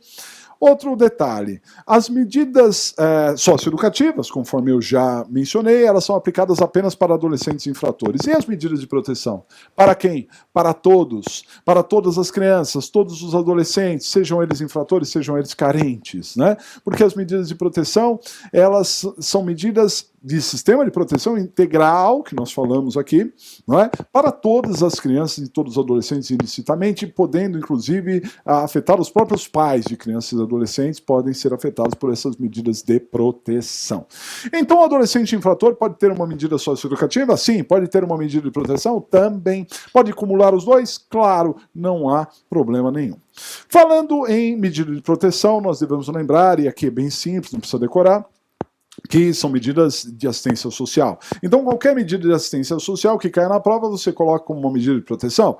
Tratamento médico, tratamento psicológico, inserção no sistema de ensino, né, tratamento para alcoólatras e toxicômanos, investimentos, até mesmo bolsa disso, bolsa daquilo. A próprio acolhimento, o acolhimento pode ser institucional, então tem crianças e adolescentes que são acolhidos em instituições, né? Deveria ser pela lei por um período apenas, mas às vezes fica lá até completar 18 anos, porque realmente não tem para onde ir, não tem pai, não tem mãe, ou mesmo se tem a pai, se tem a mãe, mas há agressões de todos os níveis, às vezes é tirado da família e vai para uma instituição, seria um acolhimento institucional e um acolhimento familiar. Hoje em dia as crianças e adolescentes podem ser acolhidos em famílias ditas acolhedoras também. Mas o ponto principal das medidas de proteção, sem dúvida nenhuma, para a prova, é a medida de proteção chamada colocação em família substituta. A colocação em família substituta é o ponto principal. É exatamente isso que você imagina. A pessoa sai da sua família biológica, é colocada numa família, uma outra família, uma família dita substituta, né? Antes de mais nada, devemos lembrar que a regra é manter na família biológica, manter na família natural. Todos os esforços são para manter na família biológica, na família natural, e só por exceção é que se coloca numa família substituta. Muito bem. A forma de colocação em família substituta pode se dar de três maneiras, né? Então nós temos a guarda, a tutela e a adoção. Guarda, tutela e adoção são colocações em família substituta. Não há curatela. O ECA não se ocupa de deficientes, por exemplo, né? Isso é um Instituto de Direito Civil, né? Aqui é guarda, tutela e adoção. Atenção, guarda, tutela e adoção também está no Código Civil, mas nós não analisamos no ECA guarda, tutela e adoção em termos das relações civis. A pessoa se separa da sua esposa e aí vai discutir quem vai ficar com a guarda. Isso é uma discussão lá da vara de família, ponto. Não é para cá, para nós. Aqui são formas de proteger crianças e adolescentes e que são decididas na vara da infância e juventude. Cuidado, hein? Bom, a colocação em família substituta, não importa se por guarda, se por tutela ou se por adoção, transfere o poder familiar. Então, quem tem a guarda tem poder familiar, quem tem a tutela tem poder familiar e quem adotou também tem o poder familiar. Consequentemente, o pai biológico, a mãe biológica, mesmo que temporariamente, não terão aquele poder familiar, ok? No caso da adoção é definitivo, mas mesmo que fosse temporariamente, o pai biológico, a mãe biológica não detém naquele momento o poder familiar. Muito bem, guarda. A guarda regulamenta a posse de fato. Às vezes, a criança ou adolescente não tem pai, não tem mãe, ou está preso, ou sumiu, alguma coisa aconteceu, e alguém cuida. Quem cuida? O irmão mais velho, a avó, o tio, o vizinho, o amigo, alguém cuida. Esse alguém, que pode ser parente ou não parente, ele estabelece uma posse de fato. Ele acaba cuidando dessa criança, cuidando desse adolescente, mas sem nenhuma representatividade. Então ele pode regularizar a sua posse de fato, e com isso passa a ser o guardião. O grande benefício da guarda é o benefício previdenciário previsto no artigo 33 do ECA, no sentido de que o menor, a criança ou adolescente, será colocado como beneficiário da Previdência, e se aquele guardião faltar, ele teria, no mínimo, o benefício previdenciário. Né? Bom, a guarda, ela pode ser revogada a qualquer tempo e se extingue aos 18 anos. Aos 18 anos já não existe mais motivo para ter a guarda. A guarda pode servir como estágio de convivência para uma futura adoção. Mas cuidado, porque os requisitos para a guarda são muito mais simples, muito mais fáceis de cumprir do que os requisitos da adoção. Basta lembrar que para ter a guarda, basta ter mais de 18 anos, mas, por exemplo, para adotar, não é só isso. Para adotar tem que ter pelo menos 16 anos de diferença, ascendente não pode adotar descendente, irmão não pode adotar irmão, mas pode ter a guarda. Mas pode ter a guarda. O ascendente pode ter a guarda do descendente avó, do neto, o irmão do outro irmão, mas a adoção não. Então, nesse caso, se extinguiria mesmo na guarda e nunca viraria a adoção, ok? No que diz respeito à tutela, a tutela é uma proteção patrimonial. Então, quando nós falamos em tutela, nós estamos falando de um menor que tem bens. E esses bens, eles devem ser geridos, eles devem ser administrados. Para proteger uma criança ou para proteger um adolescente, nós não cuidamos apenas do seu lado emocional, não cuidamos apenas dos alimentos ou do teto que ele deva ter. Também devemos cuidar do seu patrimônio, porque o sistema de proteção integral. Então, se a criança ou adolescente tiver patrimônio, não se fala em guarda, se fala em tutela. A propósito, a tutela pressupõe a guarda. Não dá para uma pessoa ser guardião e outra ser o tutor. O tutor acumula a função de guardião. Por isso, na verdade, o tutor é um guardião quando se tem bens. Vamos imaginar assim.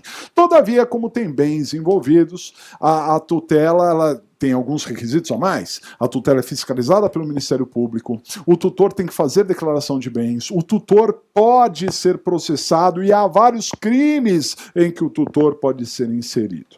Tal qual a guarda, a tutela pode ser revogada a qualquer tempo e se extingue aos 18 anos. Guardem isso.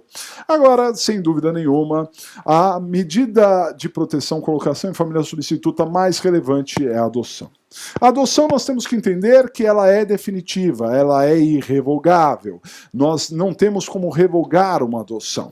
Ah, mas espera aí, e se a criança foi adotada e o pai adotivo espanca a criança, não vai ser revogado? Não, não vai ser revogado. Ah, mas essa criança então tem que ficar com esse pai? Não, não tem que ficar com esse pai. Se o pai biológico pode perder o poder familiar, o pai adotivo também pode perder o poder familiar, mas isso não implica em revogação, porque a revogação faria com que nós retornássemos ao status quo ante o que não vai ocorrer.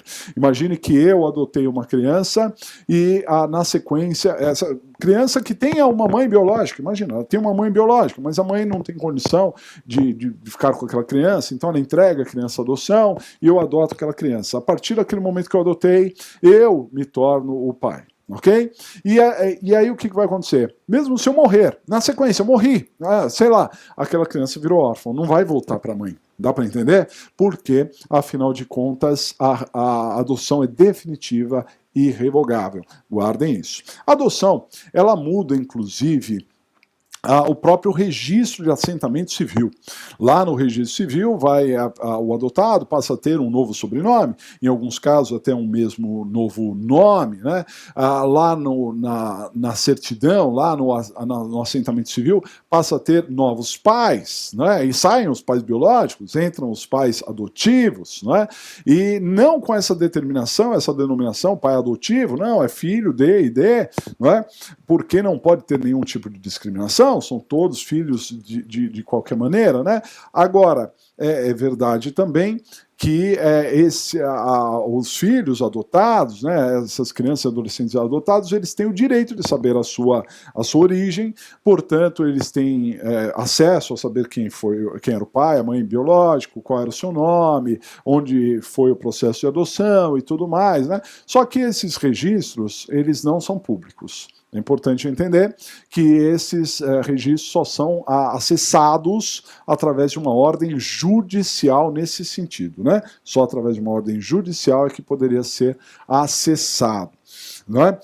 Muito bem, então quem pode adotar? Quem pode adotar? Quem pode adotar é o maior de 18 anos. Maior de 18 anos. Mas, como nós salientamos antes, precisa ter pelo menos 16 anos de diferença do adotado. Ok? E ascendente não pode adotar descendente, nem irmão pode adotar irmão. Para adotar precisa ser casado? Não, pode ser solteiro, pode ser uma pessoa sozinha, né? Pode ter uma união estável, pode ser uma união homoafetiva, não há problema nenhum com relação a isso, né? Não tem nenhum tipo de discriminação aqui. Já caiu na prova que um casal estava casado, efetivamente, quando começou um estágio de convivência. Para lembrar que na adoção é necessário um estágio de convivência, né, para ver e sentir, não é uma situação fria, não é? Você tem ali um relacionamento, é importante dos dois lados, que os pais se adaptem, que o adotado se adapte também, ou queira se adaptar, esse tipo de coisa, né? Mas, enfim, esse casal casado já estava em estágio de convivência quando eles resolveram se separar. Perguntou a OAB se mesmo separado eles poderiam adotar em conjunto. Sim, eles podem adotar em conjunto desde que eles acertem guarda, regulamentação de visita, pensão e tudo mais, né, alimentos e tudo mais. Isso é possível porque o estágio de convivência foi feito em conjunto, né, os dois, então é uma referência para aquele menor, uma referência de quem é o pai e de quem é a mãe. Outra questão que já caiu é a seguinte: o processo de adoção já estava em andamento e todos envolvidos na adoção já tinham se manifestado favoravelmente. Quem queria adotar, disse que queria adotar. Quem queria ser adotado, disse que queria ser adotado. O Ministério Público deu parecer favorável. Todos se manifestaram, só faltava uma sentença, né? Só que, nesse momento, aquele que ia adotar morreu. Então perguntou a OAB se é possível essa adoção pós-mortem. É possível, sim. E além disso, guardem, com efeitos retroativos. Então, além dessa adoção ser pós-mortem, ela tem efeitos retroativos, ou seja, além de filho, passa a ser herdeiro na mesma condição que os demais. Vale lembrar também que a adoção, como eu disse, ela está prevista tanto no ECA quanto no Código Civil. Então o adulto pode ser adotado? Sim, o adulto pode ser adotado, mas de acordo com o Código Civil. Mas há uma questão importante, há um único caso em que o adulto pode ser adotado de acordo com o ECA. Quando que o adulto pode ser adotado de acordo com o ECA? Quando o processo de adoção se iniciou antes dos 18 anos. Então, se o processo de adoção se iniciou antes dos 18 anos, ele pode ser concluído após os 18 anos, ainda pelas regras do Estatuto da Criança e do Adolescente. Sobre adoção internacional. É possível adoção internacional? Claro que é possível, né? Então, pessoas estrangeiras vêm para o Brasil e podem se encantar e resolver adotar alguma criança ou algum adolescente brasileiro. Todavia, vale lembrar que existe uma fila, existe regra para isso. E uma das regras, talvez uma das principais, são as filas. Então tem um cadastro nacional de pessoas que querem adotar e aquelas crianças para serem adotadas, né? E essa fila, ela não pode ser furada só por uma questão econômica, só por uma questão financeira, né? Então imagina que um casal rico veio de outro país e se encantou por uma criança e eles têm condição de dar um palácio para a criança, dar do bem e do melhor, eles vão prevalecer? De jeito nenhum. Se tiver alguém aqui no Brasil, né, cadastrado e que esteja naquele mesmo perfil, ele prevalece sobre o casal estrangeiro. Não importa se não tem a mesma condição financeira, pode ser uma pessoa modesta, mas que dê dignidade para o adotado, ele prevalece sobre o casal estrangeiro. Mas se não tiver ninguém naquele perfil, então o casal pode adotar. Mas cuidado, porque o estágio de convivência, neste caso de adoção internacional, deve ser feito no Brasil, no mínimo por 30 dias, ok? Bom, algumas regras sobre adoção aí que cai na prova com frequência. No que diz respeito às medidas socioeducativas, estão mudando, saindo da esfera civil do ECA e entrando na esfera criminal do ECA. Medidas socioeducativas, eu disse, são aplicadas para os adolescentes infratores, aqueles que praticaram atos infracionais. Vale lembrar que as medidas socioeducativas, eu já vou dizer quais são, e são 6 medidas socioeducativas, elas podem ser aplicadas todas em qualquer situação. Não existe uma hierarquia, desde as medidas mais leves até as medidas mais rigorosas, não há uma hierarquia, primeiro aplica essa, depois aplica aquela, não. Todas podem ser aplicadas em todos os casos, podem ser substituídas umas pelas outras e cumuladas também. É muito aberto essa aplicação ou aplicabilidade das chamadas medidas socioeducativas. Nós temos 6 medidas, como eu disse, 6 medidas socioeducativas e aqui, apenas para efeito didático, vamos começar pelas mais brandas e seguir até as mais rigorosas, né? Vale lembrar que das 6 medidas socioeducativas, nós temos 4 medidas que são não privativas de liberdade. Importante esse conceito. Então, de 6 medidas, 4 não são privativas de liberdade, não privam a liberdade do menor, do adolescente, de jeito nenhum. E 2, sim, são privativas de liberdade. O total são 6, 4 não privativas e 2 privativas. Então, vamos falar das não privativas, as mais leves. Então, nós temos a advertência. A advertência é uma medida socioeducativa muito simples, fala por si só, né? É ali um puxão de orelha colocado no papel, né? Uma advertência. E se alguém acha que isso é muito pouco, vale lembrar que o que é um ato infracional é qualquer crime ou qualquer contravenção. E, enfim, nós temos crimes muito pequenos, contravenções também, e que mereçam essa medida branda chamada advertência. Pode ser a primeira, um alerta para que não ocorra a segunda ou terceira. Ok? Muito bem. A segunda medida é a obrigação de reparar o dano.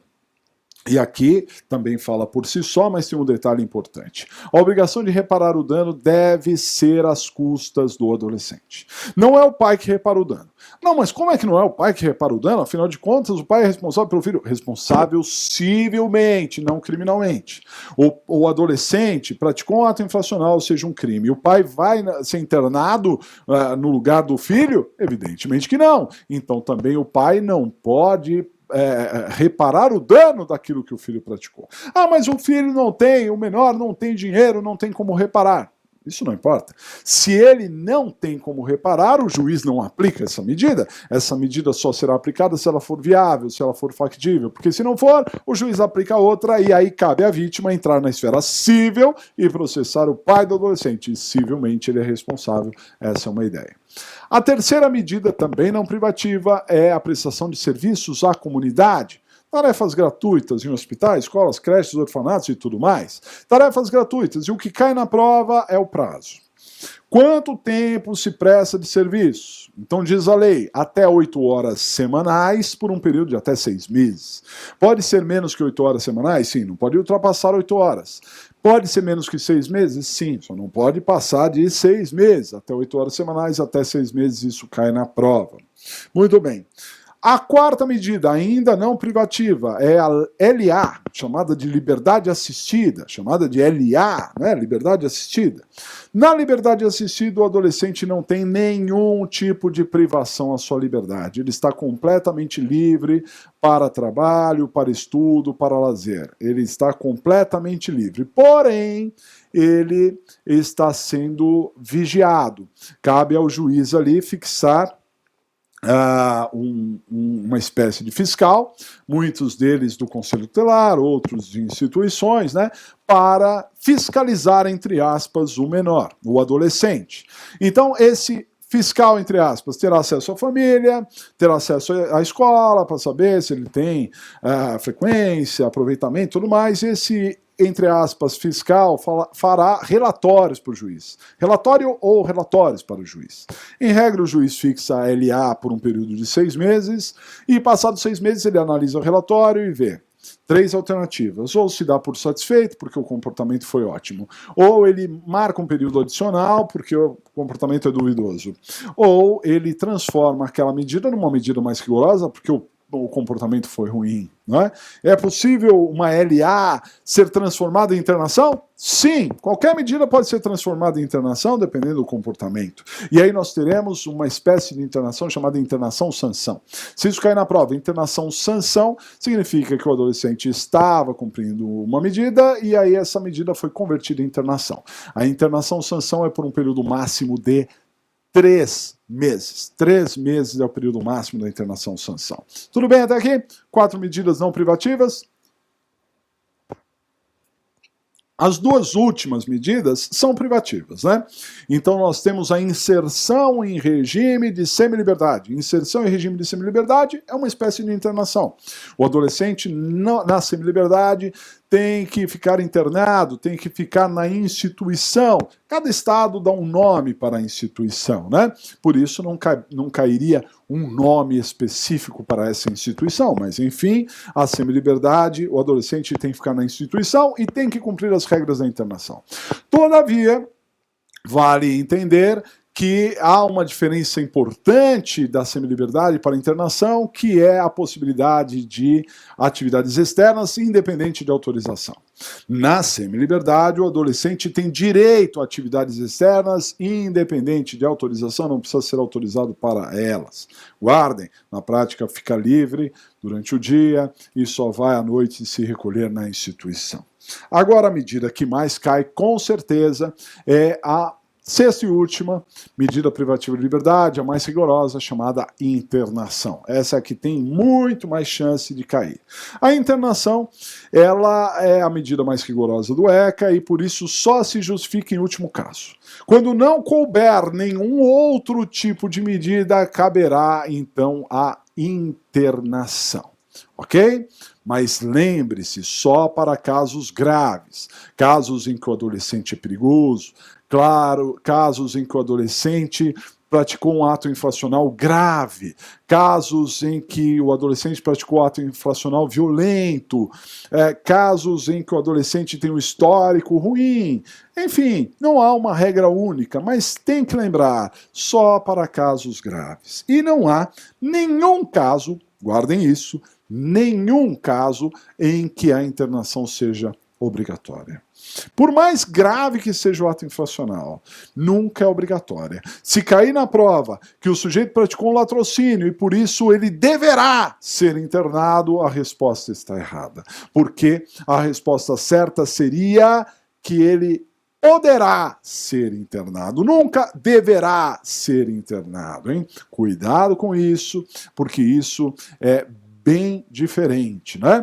É claro, né, em termos de probabilidade, que a chance de ser internado é maior nesses crimes, por exemplo, nesses atos infracionais. Quer dizer, praticou um latrocínio, se ele não for internado, ele vai ser internado quando, né?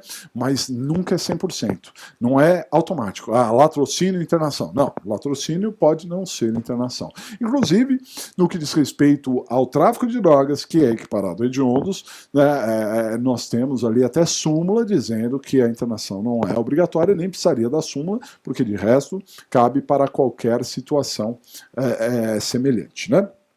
Muito bem. A internação, ela é por prazo indeterminado. Se cair isso na prova, você vai acertar. Internação é por prazo indeterminado, embora nós saibamos o mínimo e o máximo. O mínimo da internação é de 6 meses. O mínimo da internação é de 6 meses, né? E o máximo é de 3 anos, ou 21 anos de idade, o que chegar primeiro. Mínimo 6 meses, o máximo 3 anos de cumprimento ou 21 anos de idade.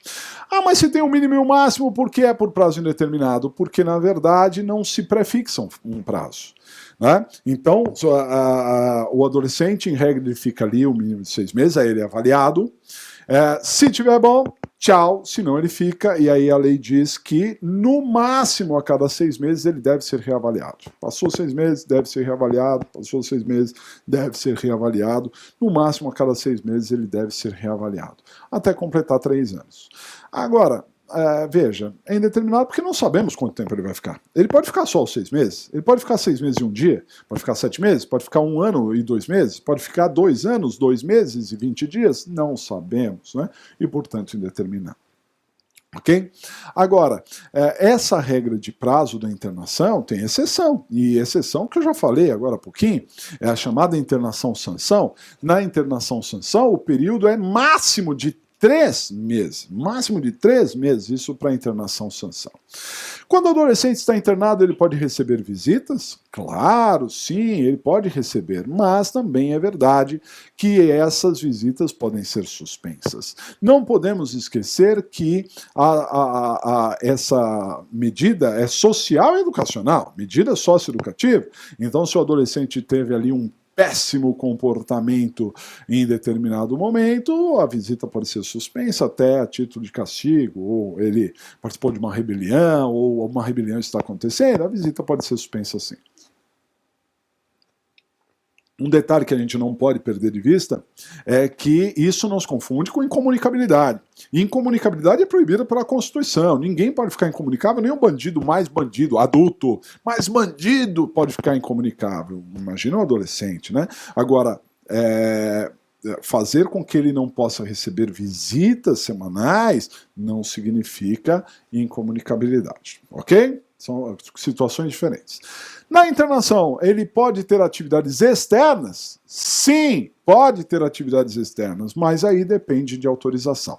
É a grande diferença da semiliberdade, conforme dissemos, na semiliberdade, as atividades externas independem de autorização, mas na internação tem sim que ter a autorização. Ok? Muito bem. Vamos falar agora do processo contra o adolescente infrator. Processo contra o adolescente infrator. Então entenda o seguinte, todo o processo contra o adolescente infrator é público, ou seja, está a cargo do Ministério Público, ok?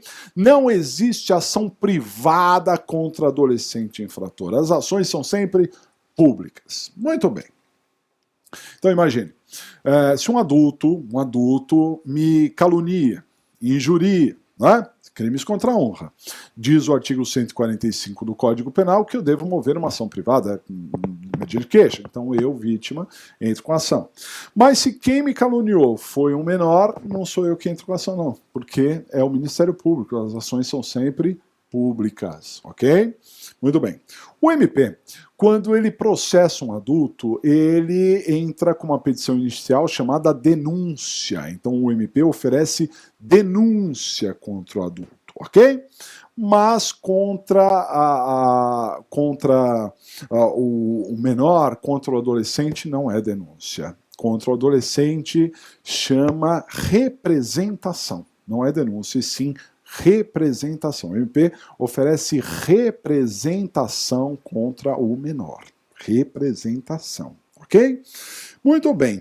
Essa representação é uma petição inicial, como qualquer outra petição inicial, só que essa representação ela tem uma peculiaridade. Ela descreve os fatos, o enquadramento legal, tudo bem, normal, isso não cairia. Mas a peculiaridade já caiu. A representação independe de prova pré-constituída. Ou seja, o MP, quando oferece a representação contra o menor, ele não precisa provar nada. Ele não precisa juntar laudo, ele não precisa juntar inquérito, ele não precisa provar nada. Basta ele entrar com uma petição. Mas quem alega não tem que provar? Sim, quem alega tem que provar, porém não precisa provar de início, né? Não precisa de uma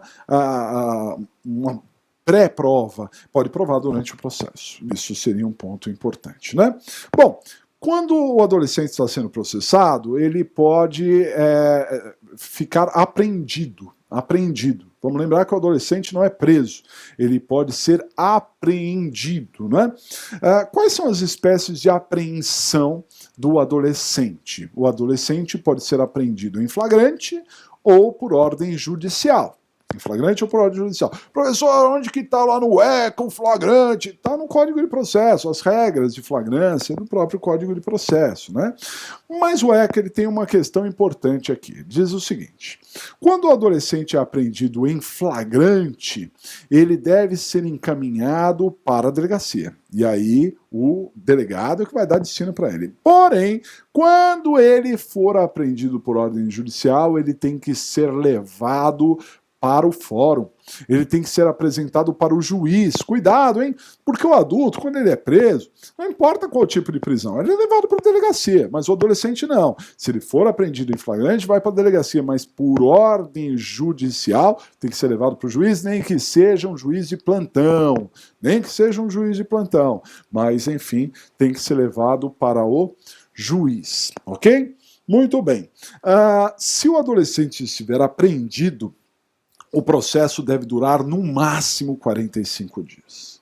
No máximo 45 dias.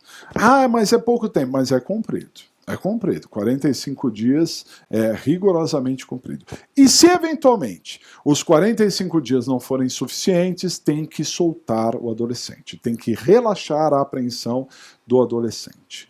E se o juiz ele não soltou, não acabou o processo e também não soltou. Então, cuidado, porque cabe habeas corpus em favor do adolescente e o juiz, cuidado, o juiz pode ser processado criminalmente por isso. Há dispositivo no ECA em que o juiz deve obedecer os prazos em favor do adolescente. Se ele descumprir, ele pode, não estou dizendo que vá, mas ele pode, segundo a lei, ser processado criminalmente por esta conduta.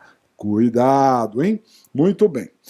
O processo ele segue normalmente, né? Não cai na prova, mas enfim, o adolescente tem toda a chance de defesa, constituir advogado, testemunhas, apresentar defesas e tudo mais, e ao final do processo, o juiz dá uma sentença. O juiz dá uma sentença, né? Dessa sentença cabe apelação. A sentença cabe apelação no prazo de 10 dias, né? E essa apelação no prazo de 10 dias tem também uma peculiaridade, que é o juízo de retratação. É uma apelação em que cabe, sim, juízo de retratação. Tome cuidado disso. O que quer dizer? O juiz pode voltar atrás na sua decisão e dar uma decisão contrária à decisão que ele acabou de dar, né? Pessoal, fiquem atentos a um detalhe que é dos mais relevantes, que é o seguinte: remissão. Remissão aqui no ECA, né? É uma coisa que cai, hein? Com alguma frequência você tem que tomar cuidado. O que é a remissão aqui no ECA? A remissão é uma espécie de transação penal para o adolescente. Uma espécie de transação penal. Então vamos lembrar. A transação penal do adulto. Quando é que nós temos a transação penal do adulto? ECA. GCRIM. Lá no GCRIM, nós temos a transação penal do adulto. O adulto, lá no GCRIM, nas infrações de menor potencial ofensivo, ele comparece a uma audiência preliminar em que ele pode fazer um acordo em que consiste a transação penal. O adulto, ele se compromete a cumprir imediatamente uma pena não privativa de liberdade. Então ele se compromete a prestar serviços, a dar cestas básicas, uma pena não privativa de liberdade. E o que acontece com o processo? O processo é extinto sem julgamento do mérito. O processo é extinto sem julgamento do mérito, né? O fato do adolescente, ou o adulto, não aceitar a transação não significa que ele está aceitando a culpa. Ele só está fazendo um acordo e o processo é extinto sem julgamento do mérito. Ótimo. Indo para o adolescente. O que é a remissão para o adolescente? Na remissão, o adolescente se compromete a cumprir imediatamente uma medida socioeducativa não privativa. Ok? Então ele não se compromete nem a semiliberdade nem a internação. Qualquer outro ele pode se comprometer, mas semiliberdade e internação não, porque ele se compromete a uma medida socioeducativa não privativa. Muito bem. E o que vai acontecer com o processo? Ou o processo será extinto imediatamente, ou ele ficará suspenso para ser extinto no futuro, sem julgamento do mérito. O fato do adolescente estar aceitar, melhor dizendo, a remissão, não significa que ele está aceitando a culpa, ele só está fazendo um acordo, ok? Cuidado, já vi cair algumas coisas sobre remissão. Primeiramente, vamos lembrar, a remissão é uma faculdade do MP, não é um direito do adolescente, uma faculdade do MP. Cabe ao Ministério Público entender quais os casos que ele pode oferecer remissão e quais ele não pode oferecer remissão. Ele que vai, discricionário, ele que decide, né? E também, vamos lembrar, que a remissão, ela cabe a qualquer tempo no processo, geralmente é logo no começo, até por uma economia processual, mas também pode ser no meio do processo. Só não cabe remissão após a sentença. A remissão é só antes da sentença, né? Geralmente no começo do processo, mas pode ser durante, nunca após a sentença. Tudo bem? Bom, cuidado, já vi cair na prova uma questão lá. Não lembro agora exatamente, mas é muito parecido com isso que eu vou dizer. Assinar a alternativa correta ou incorreta. E aí dizia que mesmo sem a materialidade e autoria, olha que pegadinha, mesmo sem a materialidade e autoria, o juiz pode aplicar uma advertência. Bom, aí você pensa, pô, a advertência é uma medida socioeducativa, então o juiz vai aplicar uma medida socioeducativa só se ele tiver certeza, né? Agora, sem materialidade, sem autoria, como é que ele vai aplicar a advertência? É possível, é possível. Mas como, professor? Remissão. Na remissão você discute a culpa? Na remissão você está discutindo quem é culpado, quem é inocente? Não. Na remissão você precisa de materialidade e autoria? Não. Ok? Então é possível aplicar uma remissão sem materialidade e autoria. Se é possível aplicar uma remissão sem materialidade e autoria, a advertência, a obrigação de reparar o dano, a prestação de serviço, a liberdade assistida pode ser aplicada mesmo sem materialidade e sem autoria, a título de remissão. Agora, ao final do processo, no mérito não, tem que ter materialidade e autoria, mas a título de remissão é possível ser aplicado antes também. Ok? Muito bem, senhores, então esse foi muito corrido, claro, tudo isso que nós falamos para vocês, em termos de superrevisão do ECA, né, que nós estamos fazendo essa aula exclusivamente para o exame 22º, né, o Legale se preocupa em todos os exames e está fazendo aulas atualizadas para vocês, então fica aí as principais dicas. Na primeira parte falamos de penal, nessa segunda falamos de ECA, posteriormente, outro dia, voltaremos ainda com processo penal e com direitos humanos. Fica aí um grande abraço e bons estudos. Se liga nesses detalhes aí, você vai conseguir uns bons pontos na prova.